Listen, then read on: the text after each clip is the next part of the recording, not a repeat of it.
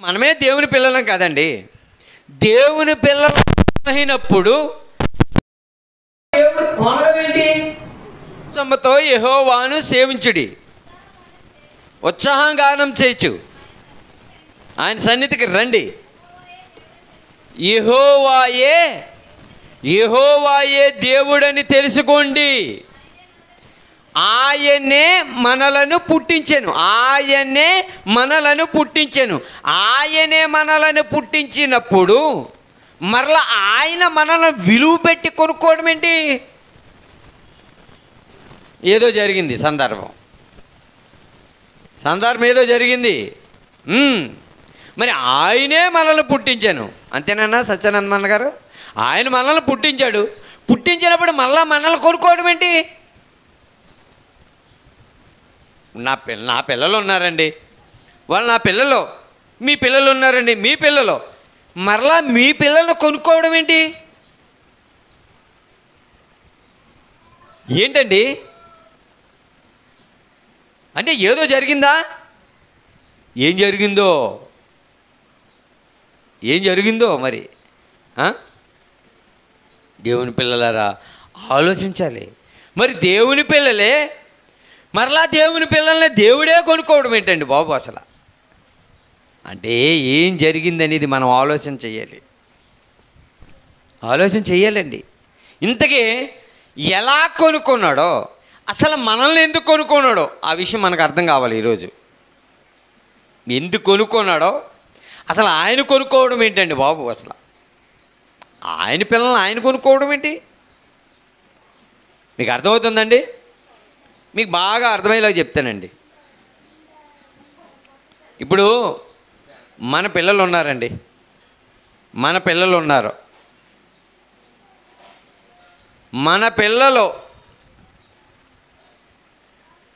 మనల్ని వాళ్ళని కొనుక్కోవడానికి కారణం ఏదో ఒక కారణం ఉంటేనే కానీ మనం కొనుక్కోం, అంతేనా?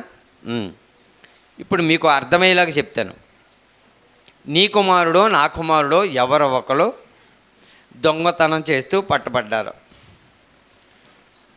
పట్టబడినప్పుడు అతన్ని ఏం చేస్తారు? కాళ్ళు చేతులు విరిచి వెనక స్తంభానికి ఒకదానికి కట్టేస్తారు. అబ్బాయి మీది ఏ ఊరు? ఫలానా ఊరు. ఎవరబ్బాయి? ఫలానా అబ్బాయిని.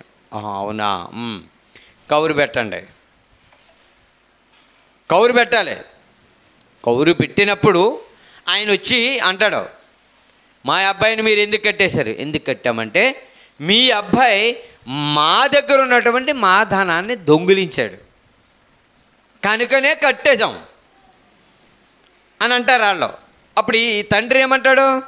మీరు కట్టేయడం ఏంటి, అతను నా కొడుకు, వదిలేండి అని అంటాడా? ఒకవేళ అలాగే అన్నాడు అనుకోండి, ఎందుకు వదులుతాం అబ్బాయి? వెల చెల్లించి నీ కొడుకుని తీసుకెళ్ళు. నీ కొడుకే, కానీ నీ కొడుకు వెల చెల్లించి తీసుకెళ్ళు. ఎందుకు? వాడు తప్పు చేశాడు కనుక. అందుకనే దేవుడు మనము తప్పు చేశాము కనుకనే ఆయన విలువ పెట్టి కొనుక్కోవలసి వచ్చింది.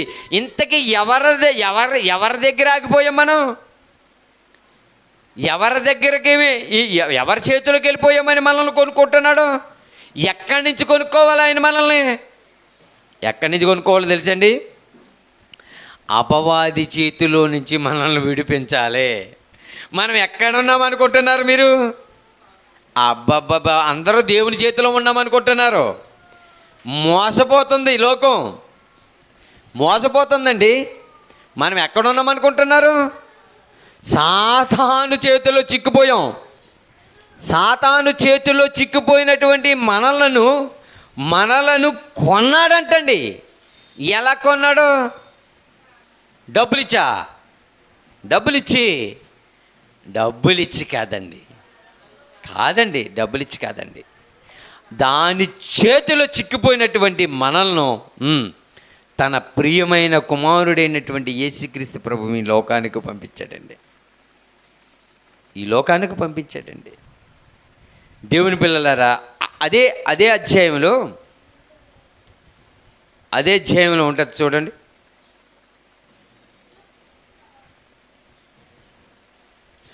మీరు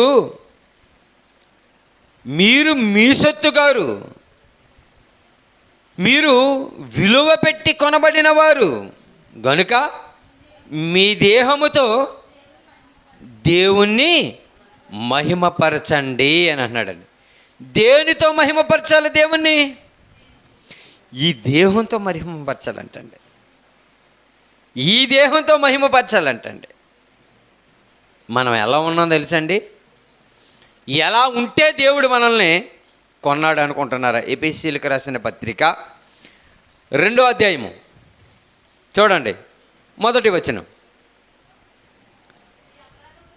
మీరు అపరాధముల చేతను పాపముల చేతను మనము చచ్చిపోయిన వారమై ఉన్నదప్పుడు ఆయన మిమ్మును క్రీస్తుతో బ్రతికించాడంటండి. అంటే మనలను విడిపించడానికి, అపవాది చేతిలో చిక్కిపోయినటువంటి మనలను విడిపించడానికి తన ప్రియమైన కుమారుడైనటువంటి యేసుక్రీస్తు ప్రభువారిని ఈ లోకానికి పంపించాడంటండి.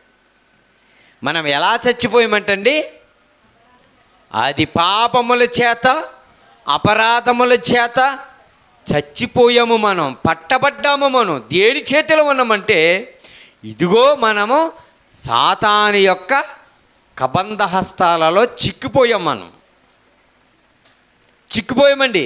అదే ఎఫెసీయులకు రాసిన పత్రికలో అపొస్తలుడైన పౌలు గారు ఎఫెసీ సంఘానికి తన ఉత్తరాన్ని రాస్తూ ఒక మంచి మాటను మనం చూద్దామండి. చక్కని మాట మాట్లాడుతున్నాడు, చూద్దామండి మనం.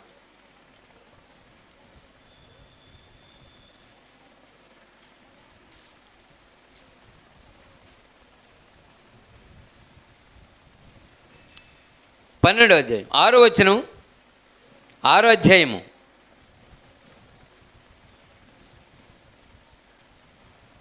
6వ అధ్యాయము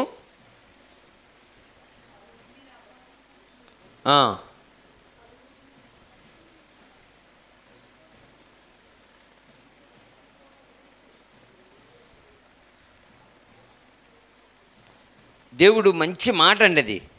అంటే సాతాన్ను జయించుటకు యేసుక్రీస్తు ప్రభువు వారికి దేవుడు అధికారాన్ని ఇచ్చాడంటండి. ఏమండి? 11 చూడమ్మా.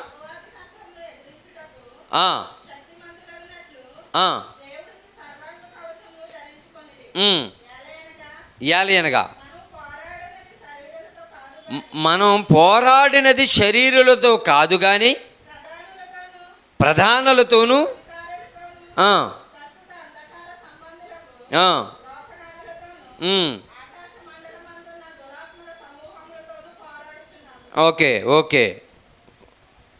ఓకేనండి.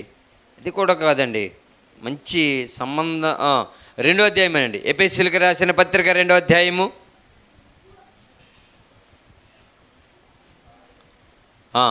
చూడండి. 2 నుంచి అలా చదువుకుంటారండి కంటిన్యూస్గా. మీరు వాటిని చేయించు వాయుమండల సంబంధమైన అధిపతిని, అనగా అవిధేయులైన వారు ఇప్పుడు ప్రేరేపించే శక్తికి అధిపతిని అనుసరించి ఈ ప్రపంచ ధర్మము చొప్పున మునుపు నడుచుకుంటారు.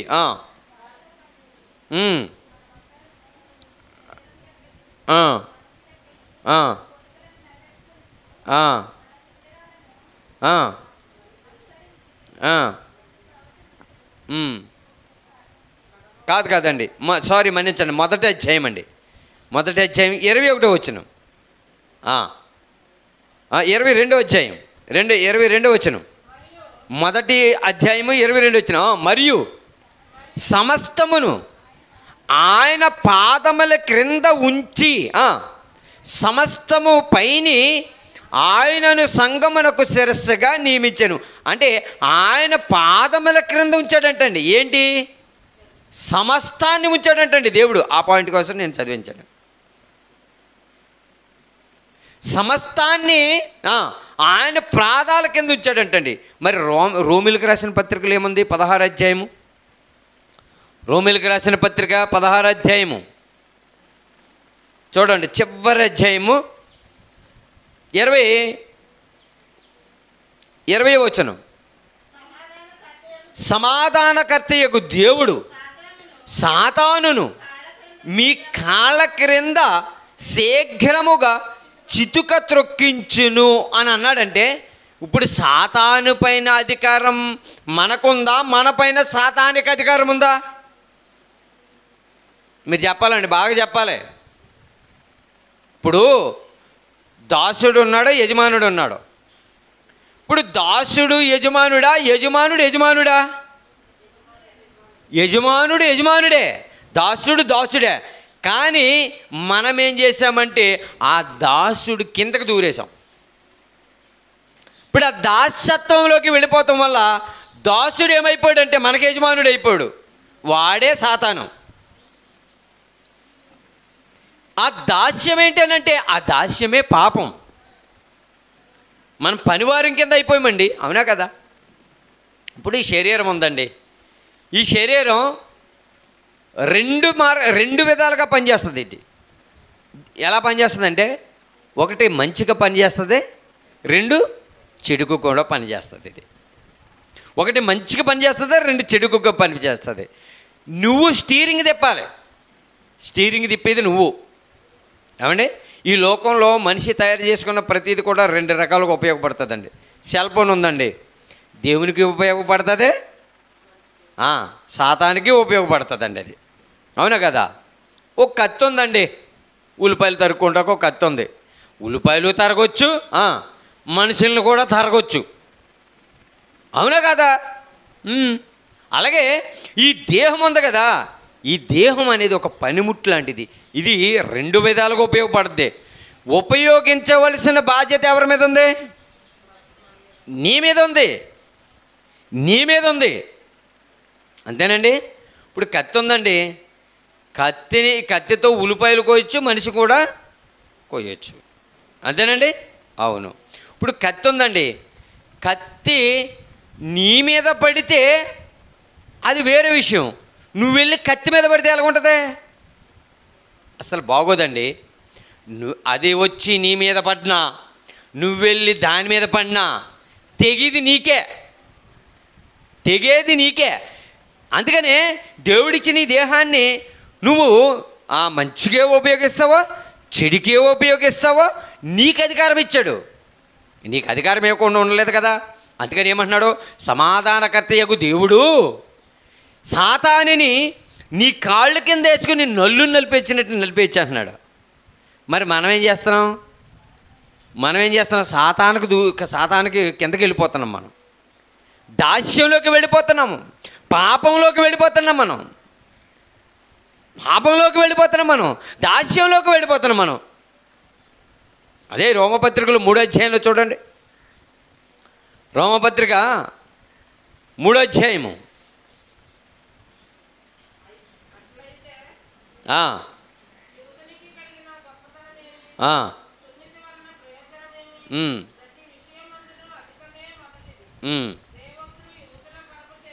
ఎన్ని వచ్చినామమ్మా?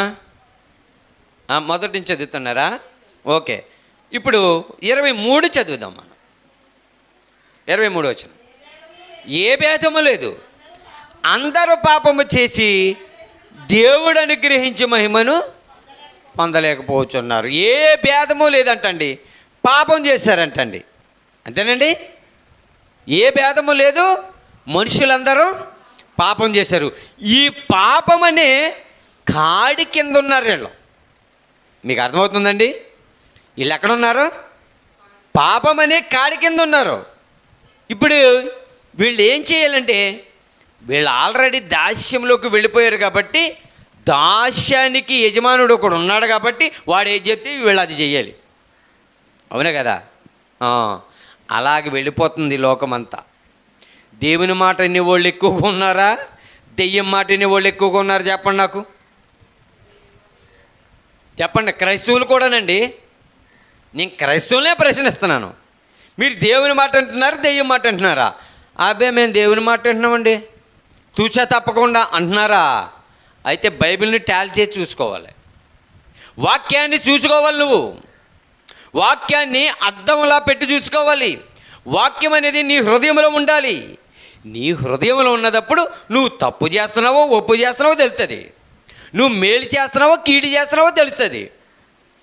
అలా కాకోకుండా దెయ్యాన్నే మనం మన దేహంలో పెట్టుకుని ఈ రోజున ప్రసంగాలు, ఎన్ని ప్రసంగాలు! క్రైస్తవులు ఎక్కడున్నారో ఏమండి? దెయ్యం పోవడానికి ఈ ఆరాధనలన్నీ ఏమండి? ఇటు అంత తేలిగ్గా పోయిదే దెయ్యం. మరి అలాగైతే క్రైస్తవులు అది ఎంత బాగా మారిపోవాలండి. ఇశ్రాయేలీలు మారారా? ఇశ్రాయేలీలు మారారా? యూదులు మారారా? నేడున్న క్రైస్తవులు మారారా? ప్రపంచమంతా ఎలా మాయ చేసేసిందంటేనండి సాతాను, ఎలా మాయ చేసేసిందంటే, అరే ఇది చేస్తే నాకు 4 రూపాయలు వస్తే నీకు అలా చేయంటుంది. అవునా కదా? ఎంతమంది నాశనం అయిపోతున్నారండి? ఎంతమంది నాశనం అయిపోతున్నారు? దేవుని మాట వెనక, దేవునికి అవిధేయులుగా ఉండి ఈరోజు డబ్బు సంపాదించడం కోసం మనిషిని చంపడానికి వెనకాడినటువంటి రోజులే అండి ఇవడి. డబ్బు కోసం ఏదైనా చేసేస్తున్నాడు మనిషి. డబ్బునే ప్రధానంగా పెట్టాడే తప్ప మనిషి దేవుణ్ణి ప్రధానంగా పెట్టుకోలేదండి. దేవుని పిల్లలారా ఆలోచించండి. ఏ కుటుంబంలో కలతలు లేకుండా ఉన్నాయి చెప్పండి? అందరూ ప్రార్థనకి వెళ్తామే, అందరూ గొడవలే. అందరూ ప్రార్థనకి వెళ్తారు, ఒకరికొకరు మాట్లాడుకోరు. అందరూ ప్రార్థనకి వెళ్తారు, ఎవరు ప్రేమించుకోరు. అందరూ ప్రార్థనకి వెళ్తారు, ఎవరికి సమాధానం ఉండదు. అందరూ ప్రార్థనకి వెళ్తారు, ఎవరిని పొరుగు వారిని ప్రేమించాం. మరి ఇవన్నీ ఏంటి? ఇవన్నీ పాప సంబంధమైనవే. అందుకని మీరు పాపముల చేత, అపరాధముల చేత చచ్చిపోయారు అని దేవుడు అంటున్నాడు. మనం ఏమంటున్నాం? లేదు ప్రభువా నీకు తెలదు, మేము బ్రతికే ఉన్నాం అని మనం అంటున్నాం. నీకేం తెలుసు ప్రభువా, మేము బ్రతికే ఉన్నాం అని అంటున్నారండి. కొలతీయులకు రాసిన పత్రిక 4వ అధ్యాయము చూడండి, 4 వచనం 5 వచనంలో ఉంటుంది ఒక మాట, ఒక మంచి మాట చూడండి. కొలతీయులకు రాసిన పత్రిక. అయితే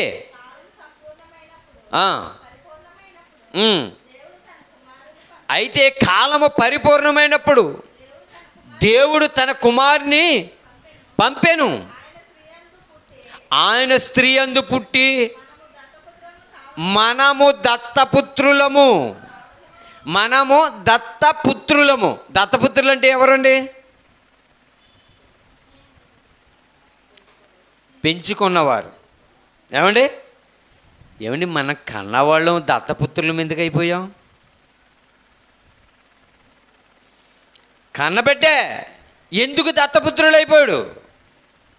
మనము దత్తపుత్రులు అంటే దత్తత చేసుకోవడం, మరలా కొనుక్కోవలసిన పరిస్థితి ఎందుకు వచ్చింది దేవుడికి? ఎందుకు దేవుడికి వచ్చింది? మనము దత్తపుత్రములు కావాలని ధర్మశాస్త్రమునకు లోబడి ఉన్నవారిని విమోచించుటకై, ధర్మశాస్త్రమునకు లోబడిన వాడయ్యను. మరియు మీరు కుమారులై ఉన్నందుకు నాయనా తండ్రి అని మొరపెట్టు తన కుమారుని ఆత్మను దేవుడు మన హృదయంలోనికి పంపెను. అదే పరిశుద్ధాత్మ. ఆ పరిశుద్ధాత్మ ఎప్పుడు వస్తుందంటే నువ్వు మారు మనసు పొంది బాప్తిసం తీసుకుని పాపక్షమాపణ నిమిత్తము బాప్తిసం తీసుకున్నప్పుడు అప్పుడు నీలోకి బాప్తిసం వస్తుంది, అప్పుడు పరిశుద్ధాత్మ వస్తుంది. ఆ పరిశుద్ధాత్మను కూడా పంపిస్తున్నాను అంటున్నాడండి. ఎందుకు ఇవన్నీ అంటే మనము చెరలో ఉన్నవాళ్ళం. ఏ చెర అనంటే పాపం అనే చెరలో ఉన్న వారిని విడిపించడానికి ఆయన దత్తపుత్రులు అంటే మరలా కొనుక్కుని మనల్ని దత్తం చేయించుకున్నాడు, రిజిస్ట్రేషన్ చేయించుకుంటున్నాడు. మళ్ళీని ఎన్నిసార్లు కొనాలండి మనల్ని? ఆయన ఎన్నిసార్లు కొనాలి మనల్ని? కొనడానికి ఏమి ఇచ్చాడో తెలుసా? 30 వెండి నాణేలు ఇవ్వలే, ఒక 50 బస్తాలో ధాన్యం ఇవ్వలే, మరి ఏమిచ్చాడు? ఒక ఇంటిడి బంగారం ఇవ్వలే, కోట్ల రూపాయలు ఇవ్వలే. ఈరోజు పిల్లలు లేని వాళ్ళు చూడండి ఏమంటున్నారండి, ఏమంటున్నారు చెప్పండి? మా అభిలాషని ఇస్తే 10 ఎకరాలు ఇస్తానన్నారు. 10 ఎకరాలండి. అభిలాషని ఇచ్చినందుకు 10 ఎకరాలు ఇస్తానన్నారు. ఇచ్చి మళ్ళీ ఏం చేస్తానన్నారు తెలుసా? వారికి కలిగిన ఆడపిల్లని నాకు ఇచ్చి, నాకు మెగబెట్టిన వాళ్ళు తీసుకుని మీ మగబిడ్డకి ఈ 10 ఎకరాలు రాసేస్తానన్నారండి.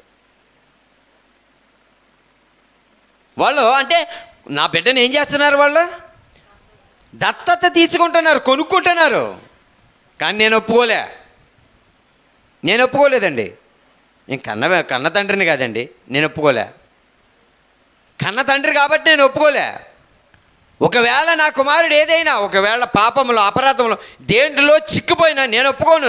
వీడు నాశనం అయిపోవాలని నేను కోరుకోను. కన్న తండ్రిగా వాడిని నా ఆస్తి అవసరం లేదు. అంతేనండి. నీ బిడ్డే కనుక ఒకవేళ ఏదైనా అపరాధంలో చిక్కుకుంటే ప్రభుత్వం వారు నిజంగా జైలు శిక్ష వేస్తే ఏం చేస్తామండి మనం? ఈ ఆస్తి అంతా పోయినా పర్వాలేదు, ఈ ఆస్తి మొత్తం పోయినా పర్వాలేదు, నాకు నా కొడుకే కావాలని అంటామండి మనం. ఒక ఎకరం సంవత్సరం అమ్ముకొచ్చేస్తాం తెలుసండి, వీడిని కాపాడుకోవడానికి. వీడే లేనప్పుడు ఆ ఆస్తి నాకెందుకు అంటాం మనం? అంటామా? నా కుమారుడే లేనప్పుడు ఈ ఆస్తి నాకెందుకండి? అవునా కదా? చాలామంది అలాగే ఆశ్రయాలకు చాలామంది వారు యావదాస్తులు రాసేశారు తెలుసండి. పిల్లలు లేనివారు, కోట్ల రూపాయలు ఉన్నవాళ్ళు చాలామంది పిల్లలు పెంచుకున్నారండి, దత్తత చేసుకున్నారు. దత్తత అంటే తెలుసండి, వీళ్ళ కుమారుడు కాదు, వీళ్ళ కుమారుడు కానటువంటి వేరొక కుమార్తెను వీళ్ళు పెంచుకున్నప్పుడు వాళ్ళ దత్తత చేసుకుంటారు. ఎక్కడ? రిజిస్ట్రేషన్ ఆఫీస్ ఎక్కడైతే ఉందో అక్కడ ప్రభుత్వం వారు ఏదైతే పెట్టారో గవర్నమెంటు ఆ ప్రకారంగా చేసుకుంటాడు. ఇంకా అది చెల్లకపోవడం ఉండదండి. వన్స్ కాగితం ఉందంటే అది కరెక్ట్ రుజువు అవుతుంది. అది తెలుసండి. అది కాగితం లేకోకుండా నేను పెంచుకున్నానండి, నేను రుజువు చేసుకున్నానండి అని అంటే ఇచ్చిన వాళ్ళే మరలా తీసుకుపోతున్నారు అనుకోండి కాసేపు. అప్పుడు నా బిడ్డను తీసుకెళ్ళొద్దు, ఈ బిడ్డ నా బిడ్డ అని అన్నా కానీ నీ బిడ్డ అనడానికి ఏంటి రుజువు అని అన్నదప్పుడు ఈ దత్తం చేసుకున్న వాళ్ళు ఏం చెప్తారు? ఇదిగోండి పలానా రోజుని ఇదిగో దత్తం చేసుకున్నాను చూడండి, ఈ బిడ్డను నేను దత్తం చేసుకున్నాను చూడండి అని చూపిస్తాం. అబ్బే మరి సాక్ష్యం వద్దా? సాక్ష్యం కావాలి. నీకు సాక్ష్యం కావాలి కాబట్టి నిన్ను దత్తపుత్రుడిగా సేకరణ చేసుకోవడానికి దేవుడు తన ప్రియమైన కుమారుడైనటువంటి యేసుక్రీస్తు ప్రభువుని లోకానికి పంపించి ఆయన రక్తము, ఆయన విలువైనటువంటి రక్తము చేత నిన్ను కొన్నాడు. ఎందుకు కొన్నాడంటే నువ్వు సాతాను కబంధ హస్తాలలోనికి వెళ్ళిపోయావు. అదే రోమిలకు రాసిన పత్రికలో, అదే రోమిలకు రాసిన పత్రికలో 8వ అధ్యాయము 26వ వచనం, అటువలే ఆత్మయు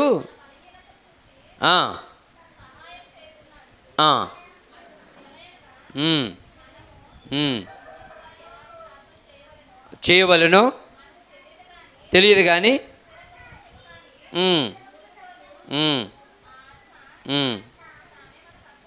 15 వచనం చదవండి.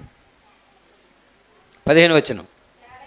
యాలేనగా మరలా భయపడుటకు మీరు దాస్యపు ఆత్మను పొందలేదు కానీ దత్తపుత్రాత్మను మీరు పొందితిరి అని ఉంది చూసారా.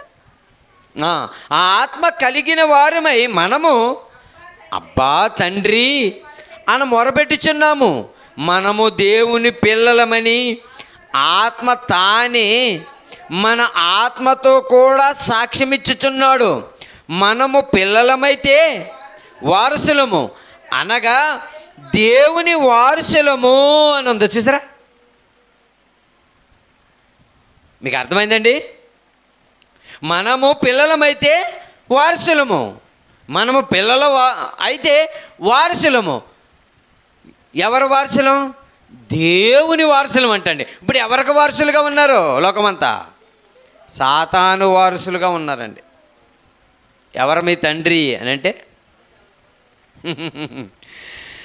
ఎవరు మీ తండ్రి? యోహాను సువార్త తిండి,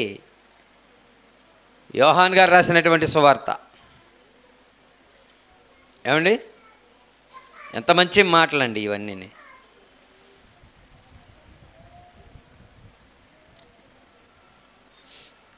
యోహాన్ సువార్త 8వ అధ్యాయము చూడండి, 44. అదిగో చూసారా, మీరు మీ తండ్రి అగు అపవాది సంబంధులు, మీ తండ్రి దురాశలు నెరవేర్చగోరుచున్నారు. ఆది నుండి వాడు నరహంతకుడై ఉండి సత్యమందు నిలిచినవాడు కాడు, వాని అందు సత్యమే లేదు. చూసారా, వాడు అబద్ధమాడినప్పుడు తన స్వభావమును అనుసరించియే మాట్లాడును. వాడు అబద్ధికుడును, అబద్ధమునకు కొడుకంటండి. జనకుడు అని అంటే కుమారుడు అని అర్థం. వాడు అబద్ధికుడు. ఈరోజు అబద్ధాలు, మనుషులు అబద్ధాలే కదండి. నోరు తెరిస్తే అబద్ధం. మనిషి ఏదో ఒక మాయ మాట, ఏదో ఒక మాయ మాట, మాయలుగా బ్రతుకుతమే. మనిషి అంతా మాయే, బ్రతికే మాయ. ఏమండి, మాయ మనుషులండి నిజంగాను. ఎవరన్నా ఒప్పుకుంటారండి నేను మంచోడిని కాదు అని? ఎవరన్నా ఒప్పుకుంటారు ఈ లోకంలో? అరే నువ్వు మంచోడు కాదంటే ఎవరన్నా ఒప్పుకుంటారండి? అసలు ఎవరు ఒప్పుకోరండి, ఎవరు ఒప్పుకోరండి. దేవుని పిల్లలారా ఆలోచించండి. మనలను విడిపించటానికి తన కుమారుడైనటువంటి యేసుక్రీస్తు ప్రభువారిని ఈ లోకానికి పంపించారండి. తన స్వరక్తమిచ్చి సంపాదించాడను ఆ మాటను చూడండి కొరింథీయులకు రాసిన పత్రికలో.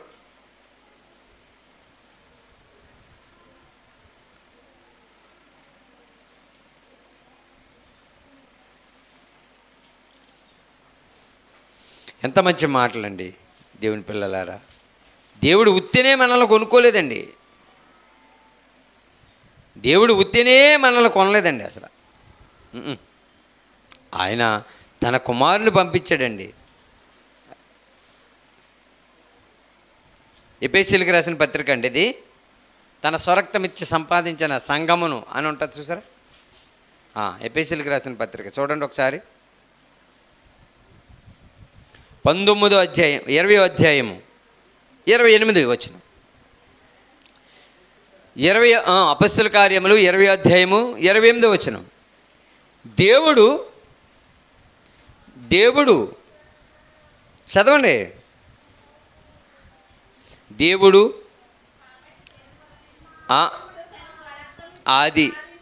దేవుడు తన స్వరక్తమిచ్చి సంపాదించిన తన సంఘమును కాయుటకు పరిశుద్ధాత్మ మిమ్మును దేనియందు అధ్యక్షులుగా ఉంచెను అని ఉందా చూసారా. అంటే స్వరక్తమిచ్చి సంపాదించాడంటండి. ఎవరినే? మనలను రక్తం పెట్టి కొనుక్కున్నాడండి. రక్తం విలువైనది తెలుసండి. దేహానికి ప్రాణం ఏది? రక్తం. ఆ రక్తం ఉంటేనే నువ్వు బ్రతుకుతావు తెలుసండి. మరి ఆత్మ లేకపోతే ఏమండి? మీరు మీ దేహం కాదు, మీరు విలువ పెట్టి కొనబడిన వారు అని అన్నారండి. ఇది ఎందుకు కొనుక్కున్నాడంటే ఇది కారణం. ఇది కారణం అండి. మనం అపరాధముల చేత చచ్చిన వారమై ఉన్నామండి. చనిపోయిన మనలను క్రీస్తులో బ్రతికించడానికి ఆయన తన కుమారుడైనటువంటి యేసుక్రీస్తు ప్రభువారిని కాలము పరిపూర్ణమైనప్పుడు తన కుమారుని పంపించి స్త్రీ అందు పుట్టించి మనము దత్తపుత్రులు ఆయనకి కావాలని. అంటే మనం తప్పిపోయాము, మనం తప్పు చేశాము, మనం పాపం చేశాము. వీటన్నిటి నుండి విడిపించడానికి యేసుక్రీస్తు ప్రభువారు ఈ లోకానికి వచ్చారండి. ఆయన విడిపించాడండి మనల్ని, ఆయన విడిపించాడండి. అందుకే ఆయన మనలను విలువ పెట్టి కొనుక్కున్నాడు. ఏ విలువ పెట్టి కొన్నాడంటే వెలిచ్చి కొన్నాడు. ఏంటి ఆ వెల అంటే తన స్వరక్తమిచ్చి మనల్ని కొనుక్కున్నాడండి. స్వరక్తమిచ్చి కొన్నాడండి. అవునా కదా? చాలామంది మరి అంటారండి, ఏమండి నా బిడ్డకి ఎంత ఖర్చు అయినా పర్వాలేదు బ్రతికించండి అయ్యా అంటారా? అంటారు. నా ఆస్తి పోయినా పర్వాలే, చివరికి నా ప్రాణం పోయినా పర్వాలేదు కానీ నా బిడ్డ బ్రతకాలి అంటాడు. అంటే ప్రాణం పోవడం అంటే ఏంటి? నా రక్తమంతా దారబోసైనా నా బిడ్డని నేను కొనుక్కుంటాను. అదండి దేవుడు కూడా అదే అంటున్నాడు. తన స్వరక్తమిచ్చి తన ప్రియమైనటువంటి కుమారుని లోకానికి పంపించి ఆ రక్తము ద్వారాగా కొన్నాడండి. తెలుసండి దేవుని పిల్లలారా, ఆలోచించండి. మనిషి మారాలండి, మనిషి మార్పు చెందాలి. అదే పరిస్థితులు ఇప్పుడు ఉండకూడదండి. ఒక కొత్త ఆలోచనతో బ్రతకాలండి, నీతిగా బ్రతకాలండి, యథార్థంగా బ్రతకాలండి. ఎంతకాలం ఈ మాయ మాటలు, ఎంతకాలం ఈ మోసం మాటలు, ఎంతకాలం ఈ అబద్ధం మాటలు, ఎంతకాలం ఇంకా ఈ పాపం అనే దాంట్లో నువ్వు చిక్కుకొని ఉంటావు? మీరు దాస్యం అనే కాడు కింద మరలా వెళ్ళొద్దు, చిక్కవద్దు. ఒకప్పుడు ఐగుప్తులో చెరలో ఉండిపోయారు. ఎవరో? ఇశ్రాయేలీలందరూ కూడా 400 సంవత్సరాల కాలం చెరలో ఉండిపోయారండి, దాస్యంలో ఉండిపోయారండి. దాస్యం అంటే వెట్టి పనులు, వెట్టి చాకిరీ చేస్తారు. ఈరోజు సాతాను చూసారు ఏమంటుందో? ఏమండి ఒకడేమో ఒరే నువ్వు ఈ పని చెయ్యి, నువ్వు ఆ పని చెయ్యి. ఎన్ని పనులండి! ఏ పనిలో పెడితే ఆ పనులు చేస్తున్నారు ఈ మనుషులందరూ. సాతాను అరే నువ్వు వెళ్ళు ఆ కొంప కూల్చేయంటే కూల్చేస్తున్నాడు. నువ్వు మద్యం తాగుతూ మానకరంటే ఆడు తాగితే వెళ్ళిపోతున్నాడు. ఒరే నువ్వు సిగరెట్ మానొద్దంటే వెళ్ళిపోతున్నాడు. అవునా కదా? ఒరే నువ్వు వెళ్ళు ఆ అమ్మాయి ఎంటబడి తిరుగు అంటే తిరుగుతున్నాడు. ఒరే నువ్వు అది దొంగిలించుకొచ్చారంటే దొంగిలించుకొచ్చేస్తున్నాడు. ఒరే నువ్వు వెళ్ళు అండి కొట్టారంటే కొట్టేస్తున్నారు. వీళ్ళందరూ సాతాను సంబంధులండి, వీళ్ళందరూ సాతాను సంబంధాలు. దేవుని పిల్లలు ఆలోచించండి. ఒరే నువ్వు వాళ్ళతో మాట్లాడుకో, ఒరే నువ్వు వీళ్ళతో మాట్లాడొద్దు. వాళ్ళది ఆ సంఘం, మనది ఈ సంఘం. ఆ సంఘం వాళ్ళకి ఈ సంఘం వాళ్ళకి పడతావు, ఆ సేవకుడి ఈ సేవకుడికి పడతావు. ఎందుకురా తప్పు చెప్తున్నామంటే నీకు తెలుసా అంటారు. సత్యం అంగీకరించాలంటే అంగీకరించమండి. ఒక ఆవిడ అంటుందండి, నీకెవరంటే ఇష్టమని అన్నాను. నీకెవరంటే ఇష్టం అని అడిగానండి. మా పాస్టర్ గారు చాలా ఇష్టమండి నాకు. అబ్బా హరిని నేను అందుగా 3 సార్లు అడిగాను అనుకుని, పాస్టర్ గారా మరి యేసుప్రభు అంటే అయ్యో యేసుప్రభు అదేటమ్మా మరి నేను ఎందుకు అడిగాను? 3 సార్లు అడిగాను కదా. మీ అయ్యగారు ఏమన్నా నీకోసం ప్రాణం పెట్టాడా? దుద్దుగూరులో ఏ పాస్టర్ గారు మంచోడు అన్నాను. మామూలుగానండి అడిగాను.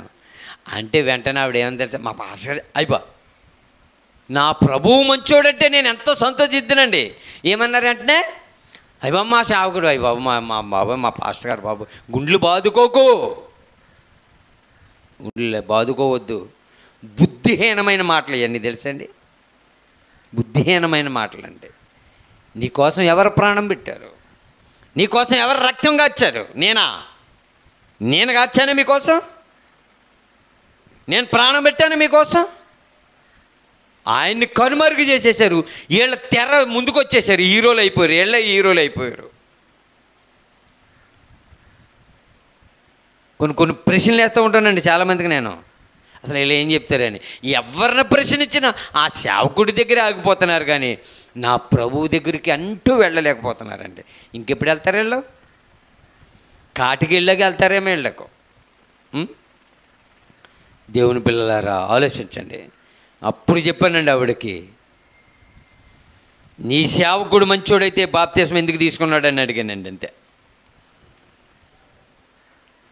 నీ సేవకుడు మంచోడైతే పాప క్షమాపణ నిమిత్తము ఎందుకు బాప్తిస్మం తీసుకున్నాడు అని అడిగాను. అంతండి. బెక్క చచ్చిపోయింది తెలుసండి.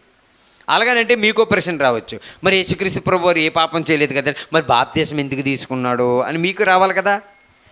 ప్రశ్న నేనే వేస్తాను, జవాబు నేనే చెప్తాను. నేను చెప్తానండి. మరి మీ పాస్టర్ గారు పాపక్షమాపణ నిమిత్తం తీసుకున్నాడు, ఓకే రైటు. మనమందరం పాపక్షమాపణ నిమిత్తం తీసుకున్నాం, ఇది రైటే. మరి యేసు ప్రభువారు ఏ పాపక్షమాపణ నిమిత్తం బాప్తిస్మం తీసుకున్నారు? ఏదైనా తప్పు చేశాడని తీసుకున్నాడు ఆయన? కాదు. నీతి యావత్తు నిమిత్తము తీసుకోవాల్సింది వచ్చింది ఆయన. ఆయనలో ఎవడండి ఆయనలో పాపం ఉందండి స్థాపించగలడు? ఏం పాపం ఉంది ఆయనలో? కళ్ళబొల్లి మాటలు మాట్లాడేస్తే పని అయిపోద్దండి. దేవుని పిల్లలారా ఆలోచించండి. అలాంటి మనం అసలు ఈ లోకంలో సేవకులను గొప్ప చేసేస్తున్నారండి. సేవకులు కాదండి, సేవకులు కాదు, సేవకులు మంచివారే. సేవకుడు అంటే ఎవరు? వాక్యం చెప్పి అంతవరకే. మన కోసం ప్రాణం పెట్టిన ఆయన కాదండి. మన కోసం ప్రాణం పెట్టిన ఆయన కాదు. మన కోసం, మన పాపాల నిమిత్తం మన కోసం ప్రాణం పెట్టింది ఎవరంటే ప్రభువైన యేసుక్రీస్తు ప్రభుల వారండి. ఆయన రక్తం పెట్టి కొనుక్కున్నాడంటండి. ఈ ప్రపంచంలో ఏది విలువైంది చెప్పండి? ఏది విలువైందండి? ఏది విలువైంది? డబ్బా, బంగారమా, వజ్రాల, వైడూర్యాల, కంకణాల, ఏంటి హారాల? ఏది గొప్పది ప్రపంచం ఈ భూమి మీద చెప్పండి? ఏది గొప్పదండి? వీటన్నిటికంటే ప్రాణం చాలా విలువైంది తెలుసండి. ప్రాణం చాలా విలువైంది. పోతే వస్తుంది, ఇది రాదు. ఈ ప్రాణం కంటే ఈ ప్రాణమే ఇంత విలువైందంటే ఈ ప్రాణాన్ని నడిపించే ఒకటి ఉంది. అది మహాశక్తి. అది దేవుని ఆత్మ. అది నీలో ఉంది, నాలో ఉంది. ఆ ఆత్మ మనలను నడిపిస్తుంది. ఇది కాస్త బయటికి వెళ్ళిందనుకో, నీ బొమ్మలాట ఆగిపోద్ది. ఈ ఆత్మ ఉన్నంతసేపే నీ బొమ్మలాట. ఈ ఆత్మ బయటికి వెళ్ళిందా ఆగిపోద్ది, బొమ్మ ఆగిపోద్ది. ఎలా ఎగురుతున్నాడండి మనిషి ఈ లోకంలోనూ. ఇది నాది, అది నాది అంటాడు. ఏది తీసుకెళ్తావు నువ్వు? ఏం తీసుకుపోతావు? పెద్దలంటే గౌరవం లేదు, సేవకులంటే గౌరవం ఉండదు. వీళ్ళు నా బంధువులని లేదు, వీళ్ళు నా రక్త సంబంధం లేదు, వీళ్ళ ఆత్మీయులని లేదు. మరి ఎవరితో నువ్వు ప్రేమగా ఉంటావు? నువ్వు యేసు ప్రభు పేరు చెప్తావు ఎందుకు? ఇంకాను చెప్పగా నువ్వు చెప్పకో. ప్రభు పేరెత్తావా, నువ్వు తగ్గించుకుని ఉండు. నువ్వు ప్రభును కలిగిన వాడవా, నువ్వు తగ్గించుకుని ఉండయ్యా. నీకు నష్టమేముంది చెప్పు? దేవుని పిల్లలారా ఆలోచించండి. వీళ్ళందరూ ఎవరో? సాతాను కబంధ హస్తాల కింద నలిగిపోతున్నవారు, చీకటిలో ఉన్నవారు, దాస్యమనే చెరకు చేరిపోయిన వాళ్ళు, దాస్యమనే కాడి క్రింద మగ్గిపోతున్న వాళ్ళు. ఇలాంటి వారిని విడిపించడానికే యేసుక్రీస్తు ప్రభు వారిని లోకానికి పంపించాడండి దేవుడు. ప్రాణమే ఇచ్చాడు. ఇంకేమి ఇవ్వాలి చెప్పండి? అదే ఇంకంతకమంటే ఇచ్చేది ఏమీ లేదు. మనుషులు ఏదైనా చివరిగా ఇవ్వాలంటే ఇంకా నా ప్రాణం తప్ప ఇంకేమీ లేదు, అంతేనా? ఇంకేమైనా ఉందా? ఆస్తి ఇవ్వగలం, భూములు ఇవ్వగలం, సరిపోలేదంటే బంగారం ఇవ్వగలం, ఇంకా సరిపోలేదంటే డబ్బు ఇవ్వగలదు, ఇంకా సరిపోలేదంటే ఇంకేమి ఇస్తావు నువ్వు? ప్రాణం తప్ప ఇవ్వడానికి ఏముంది మన దగ్గర? ఆ ప్రాణమే ఇచ్చేసాడండి యేసుక్రీస్తు ప్రభు వారు. ఆ ప్రాణమే ఇచ్చేసాడండి. ఇంకంతకంటే ఏమి ఇవ్వాలి మనుషులకు? ఇంకేమి ఇవ్వాలి? ఇంకేముందని ఇవ్వాలి చెప్పండి? నువ్వు నేను ఏమి ఇవ్వగలం చెప్పండి?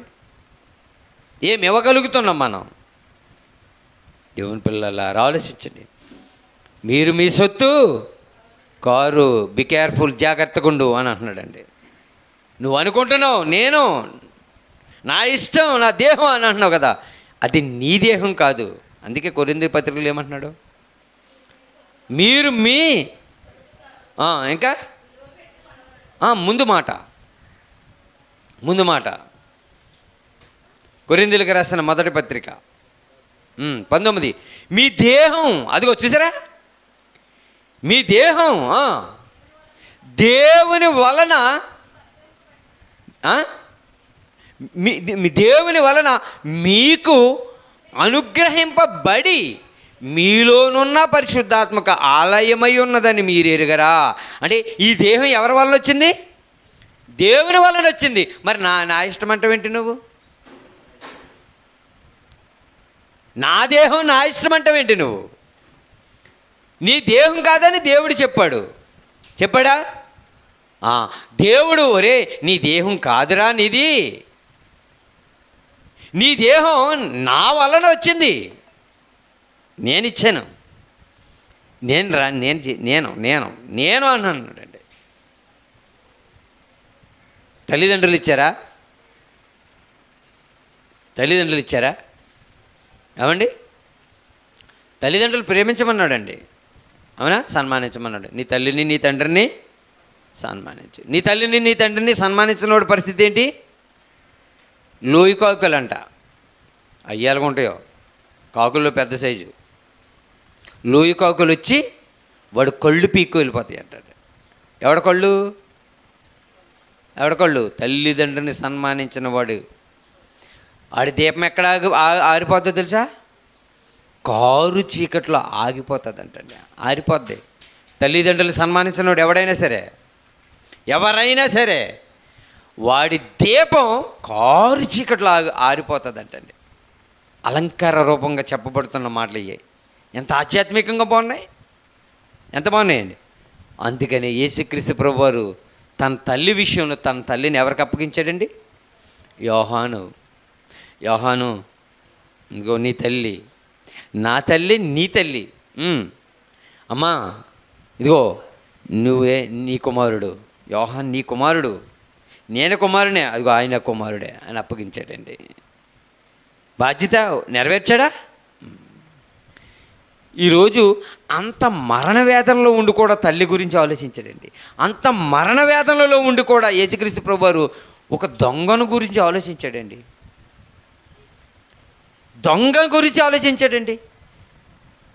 యేసుక్రీస్తు ప్రభువారికి ఎక్కడండి శాంతి ఎక్కడుందో చెప్పండి? ఆయనకి ఎక్కడైనా మనశ్శాంతి ఉందా? ఎంతసేపు ఈ సమాజం కోసం ఆలోచించటమే, మనుషులను బాగు చేయాలని ఆలోచించటమే. ఎవరిని చూసిన మనుషులు ఎలా ఉన్నారో తెలుసండి? కపటంతో నిండిపోయిందండి హృదయం, మోసంతో నిండిపోయిందండి ఈ లోకం. అన్యాయం, అక్రమం, ఏమంటే అన్యాయం విస్తరిస్తుందా తగ్గిపోయిందా? అది పోలీస్ స్టేషన్లు ఎందుకు వచ్చినాయి చెప్పండి? పోలీసులు ఎందుకండి? వీళ్ళందరూ ఎందుకు? పోలీసులు ఎందుకండి? మనకి వాళ్ళ మనుషులే కదా, మనము మనుషులేం కదా, మరి వాళ్ళెందుకు ఇంకా మనకి? వాళ్ళు ఎందుకండి చట్టాలు? దేనికి చట్టం అంటే మనిషి మృగాన్ని తలపంచేశాడు. అందుకని కొన్ని చట్టాలు, కొన్ని శిక్షలు రావాల్సి వచ్చింది. మనిషికి ఉరి శిక్ష. కనీసం జీవులన్నిటిలోకి చిన్నది ఏది చెప్పండి? ఏమండి? చీమకి ఎప్పుడన్నా ఎవరన్నా ఉరి శిక్ష విధించారా?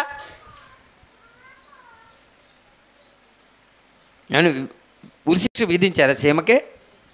పోనీ అన్నిటికంటే పెద్దది ఏది? ఓ జరాఫియో ఏనుగు అనుకోండి, పోనీ ఆటలకేసారు ఎవరైనా ఉరి శిక్ష? మరి ఆటలకి లేదు కదా, నీకెందుకు వస్తుంది? అవి ఎందుకంత బాగుంటాయి, నువ్వెందుకే బాగుంటలేదు?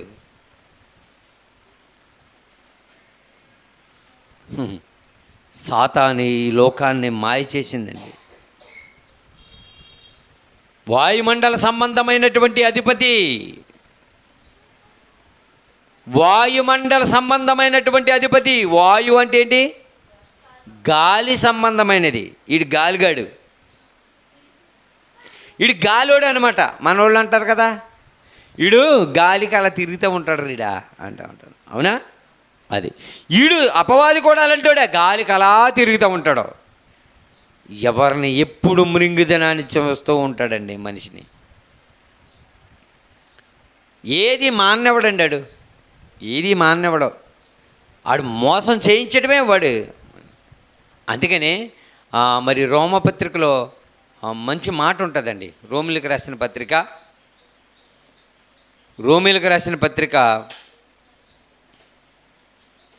మొదటి అధ్యాయం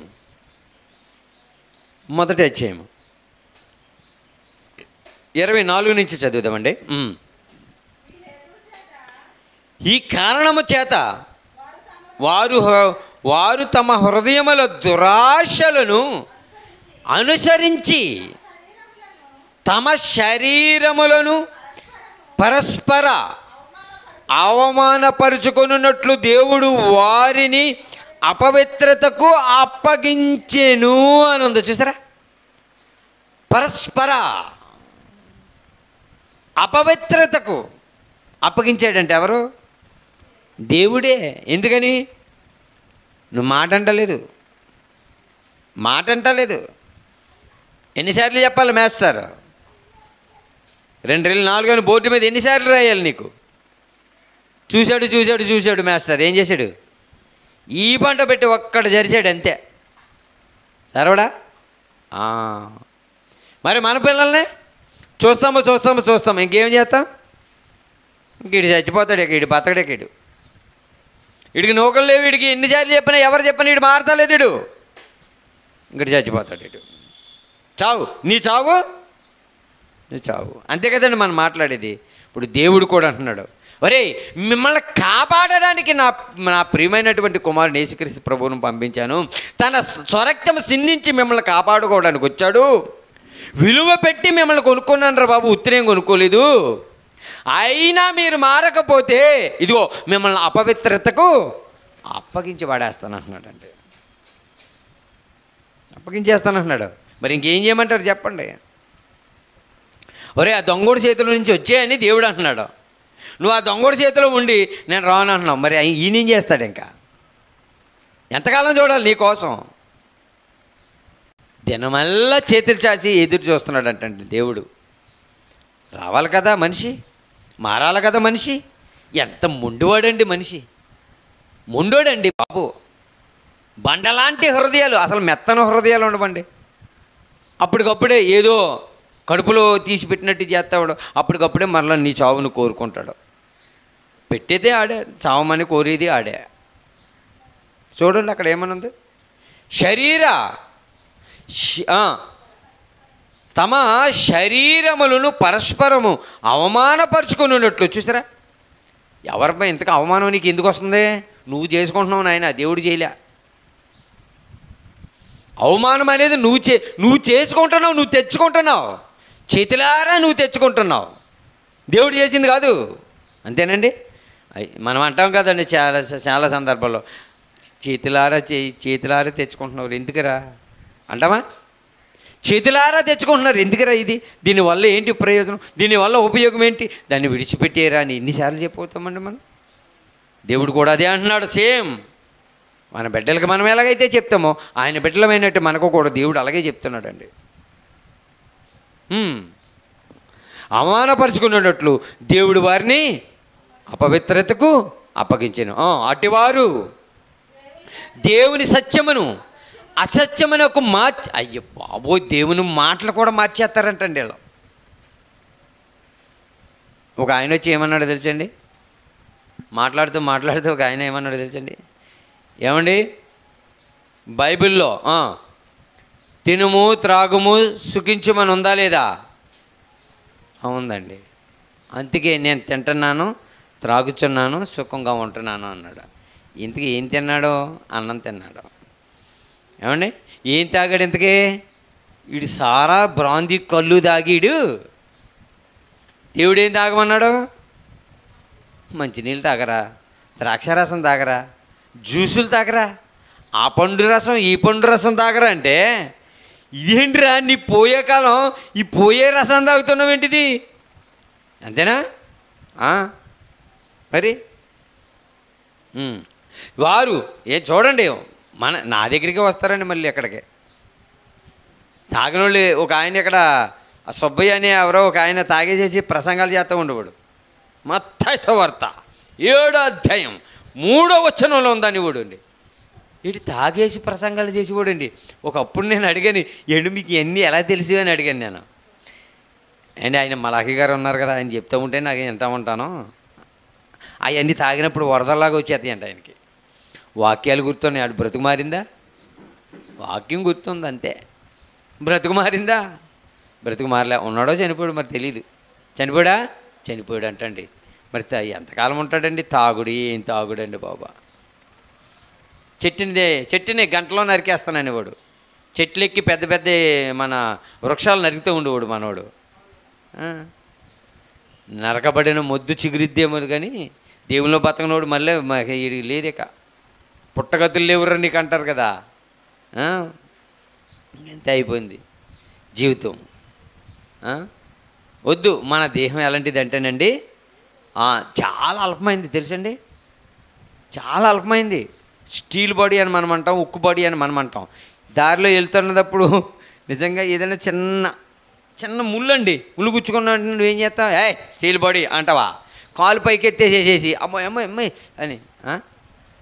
మరి అప్పుడు దాకా ఉక్కు బాడీ స్టీల్ బాడీ అన్నావు నువ్వు. అంతేనండి. కనుక మనదే మట్టి శరీరం, మట్టి దేహం. ఈ మట్టి ఘటంలో ఉన్నాం మనం అంతే. ఇది ఒక తొడుగు, ఇది ఒక పాత్ర, ఇది ఒక కుండ అంతే. దీంట్లో మనం ఎంతకాలం ఉంటాం ఎవరికి తెలియదు. వెళ్ళిపోతామండి, ఏదో ఒక రోజున విడిచిపెట్టి వెళ్ళిపోతాం తెలుసండి. అట్టి వారు దేవుని సత్యమును అసత్యమునకు మార్చి సృష్టికర్తకు ప్రతిగా సృష్టమును పూజించి సేవించిరి, యుగముల వరకు ఆయన స్తోత్రార్హుడై ఉన్నాడు. ఆమేన్. అందువలన దేవుడు తుచ్చమైన అభిలాషలకు వారిని అప్పగించేశాడు. తుచ్చమైన అభిలాషలు అంటే ఏంటి? చాండాలం కోరికలు అంతే. బహు చాండాలమైన కోరికలు, వీళ్ళకి చెత్త కోరికలు అనమాట. తుచ్చమైన కోరికలు అంటే ఇక ఎందుకు పనికిరాని కోరికలు నీడకే వస్తాయి. అందుకే చాలామందిని మనం ఏమంటాం, ఈడేంటి ఎలాంటి కోరికలు వస్తున్నాయి వీడికి అంటాం కదా. అంటామా? వీడి పెద్ద సైకోరా అంటామా? ఇది సైకో అని అంటాం. వీళ్ళ ఫ్యామిలీ అంతా సైకో అంటాం. ఇవన్నీ ఎందుకు అనుకుంటున్నాం? తుచ్చమైన అభిలాషలు. అభిలాష అంటే ఏంటి? అభిలాష అంటే ఏంటి? కోరిక. అది ఏ కోరిక వీడికి? ఎన్ని మంచి కోరికలు మనుషులకి. ఏమన్నా అంతేనా? సారా ఆవు దగ్గరికి కానీ, గేదె దగ్గరికి కానీ, సింహం దగ్గరికి కానీ, పులి దగ్గరికి కానీ, ఏ జీవి దగ్గరికైనా 10 లీటర్లు సారా పట్టుకెళ్ళి అక్కడ ఎట్టండి తాగుద్దాం చూద్దాం. ఊరుకో. అసలు పందికి ఎట్టండి, పంది తాగుద్దా సారా? పంది కూడా తాగని సారా తాగుతున్నావు బెటరా. ఓరి నాయన, ఏందిరి ఇది గొడవ?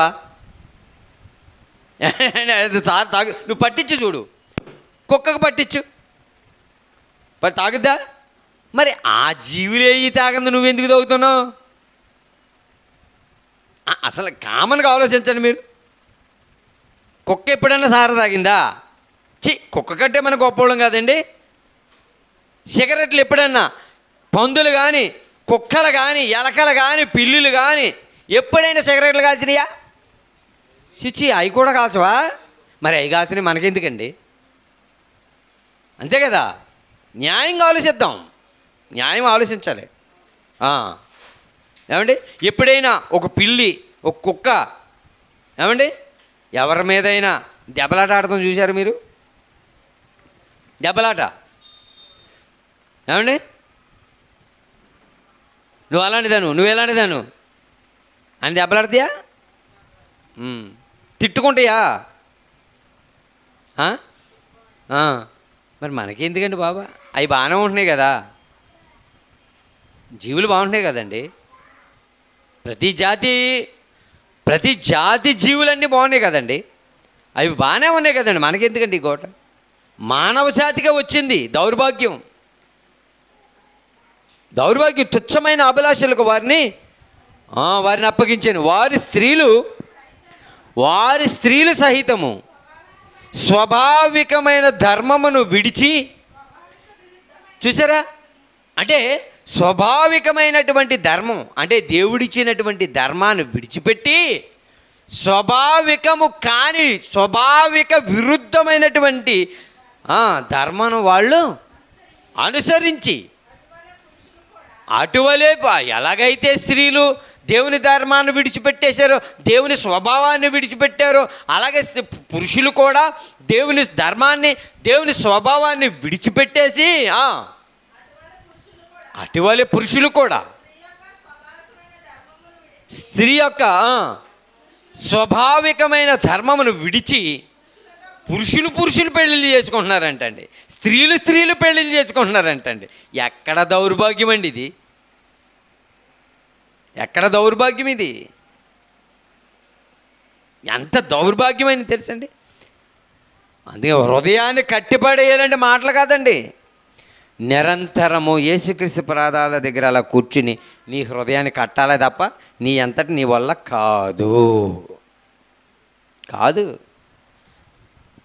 కాదండి. చూడండి ఇక్కడ అసలు ఎప్పుడైనా మీరు విన్నారు ఇలా మాట? స్త్రీ యొక్క స్వాభావికమైన ధర్మమును విడిచి, ఇదేటండి బాబు, అటువలే పురుషులు కూడా అనంటండి, అటువలే స్త్రీలు కూడా అనంటండి. పురుషులు అవాచ్యమైనది చేయుచు తమ తప్పితమునకు తగిన ప్రతిఫలము పొందుచు ఒకరి ఎడల ఒకరు కామాప్తులైపోయారంటండి. స్త్రీకి పురుషుడు కుదురుతలే. ఎప్పుడు స్త్రీలు పెళ్ళిళ్ళు చేసుకుంటున్నారు, పురుషులు పెళ్ళిళ్ళు చేసుకుంటున్నారు. మీకు తెలిసలేదో మరి? తెలుసా? అయ్యో తెలపోతామేటండి బాబా, లోకమంతా గగ్గోలు పెట్టేస్తంటేనే. పురుషులు చేసుకుంటున్నారంట, స్త్రీలు చేసుకుంటున్నారంట వివాహాలు. అంటే వీళ్ళకి పోయే కాలం వచ్చింది, వీళ్ళ ఒంట్లో కొవ్వు ఎక్కువైపోయింది. అంతేనా? మరి ఏమంటున్నాడు చూడండి, కామాప్తులైరి మరియు వారు తమ మనసులో దేవునికి చోటు లేదు. ఎందుకు లేదు? వీళ్ళకి ఖాళీ లేదు. ఎందుకు లేదంటే వీళ్ళకి ఖాళీ లేదు. ఎందుకు ఖాళీ లేదంటే ఇదిగో పురుషులతో స్త్రీలతో చేయరాని కార్యాలు చేయుటకు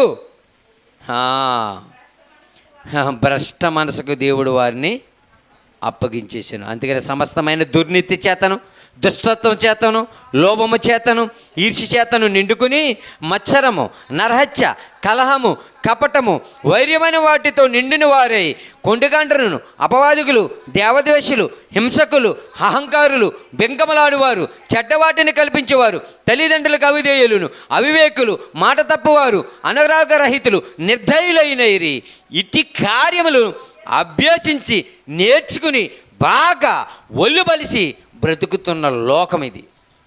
అటు వారిని మరణమునకు తగిన వారంటండి. ఈ క్వాలిటీస్ అన్నీ ఎవరికి ఉన్నాయి అనుకుంటున్నారు? కోతులకు లేవు, కొంగలకు లేవు, పిల్లులకి లేవు, నక్కలకి లేవు, కుక్కలకి లేవు, ఎవరికి లేవు? ఏ జీవికి లేదు. మరి ఎవరికి ఉన్నాయి ఇన్ని క్వాలిటీసు? మనుషులకి ఇన్నున్నాయా? ఎక్కడున్నాయి? పైకి కనపడుతున్నాయా? నీ హృదయంలో ఉన్నాయి. ఒకే ఒక్క హృదయంలో ఎన్ని ఉన్నాయండి? అయ్య బాబు, ఇన్నున్నాయా? వీటన్నిటినీ, ఇవన్నీ పాప సంబంధమైనవి, ఇవన్నీ